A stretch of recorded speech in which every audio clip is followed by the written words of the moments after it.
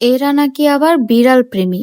বিড়াল প্রেমী মানুষ রাস্তা দিয়ে হেঁটে যাওয়ার সময়ও কোনো বিড়ালের অসহায় আর্তনাদ সহ্য করতে পারে না।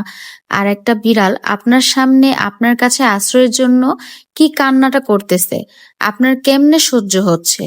একাধিক বিড়াল একসাথে হলে প্রথম প্রথম এমন মারামারি করবে, পরে সব ঠিক হয়ে যায়, একটু আঁকলে রাখলেই হবে। কি সুন্দর একটা কমেন্ট! এই কমেন্টটা দেখে মনে হচ্ছে উনি একদম বিড়ালের মাদার তেরেসা। মানে এদিকে জাস্ট একটা ভিডিও দেখে উনি এত সুন্দর একটা কমেন্ট করে ফেলছে যে বিড়ালটা কান্না করতেছে, আমি কেমনে সহ্য করতেছি। হ্যাঁ, আমি নাকি আবার বিড়াল প্রেমী। ভাই, আমি বিড়াল প্রেমী না, আমি তো কখনো বলি না আমি বিড়াল প্রেমী। আমার ভাল লাগে, আমি বিড়াল পালতেছি, আমার ভাল লাগে, আমি বিড়াল খাওয়াইতেছি। হ্যাঁ, তো আপনি তো বিড়াল প্রেমী, তাই না? কারণ আপনারা যদি আমি বলি যে আপনি এই বিড়ালটাকে নিয়ে একটু রাখেন, একটু আশ্রয় দেন, বিড়ালটা এত কষ্টে আছে, যেহেতু আমিও বিড়ালটাকে আশ্রয় দিতেছি না, সেটা তো আপনি করবেন না। তখন আর আপনারে খুঁজে পাওয়া যাবে না, মাইক দিয়ে, হারিকেন দিয়ে, মোমবাতি, লাল বাতি দিয়ে আপনার খুঁজে পাওয়া যাবে না।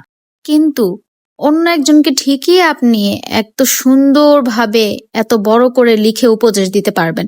ভাই, অন্যরে উপদেশ দেওয়ার আগে নিজেও কিছু করেন, এরপর বইলেন যে এটা এটা করেন।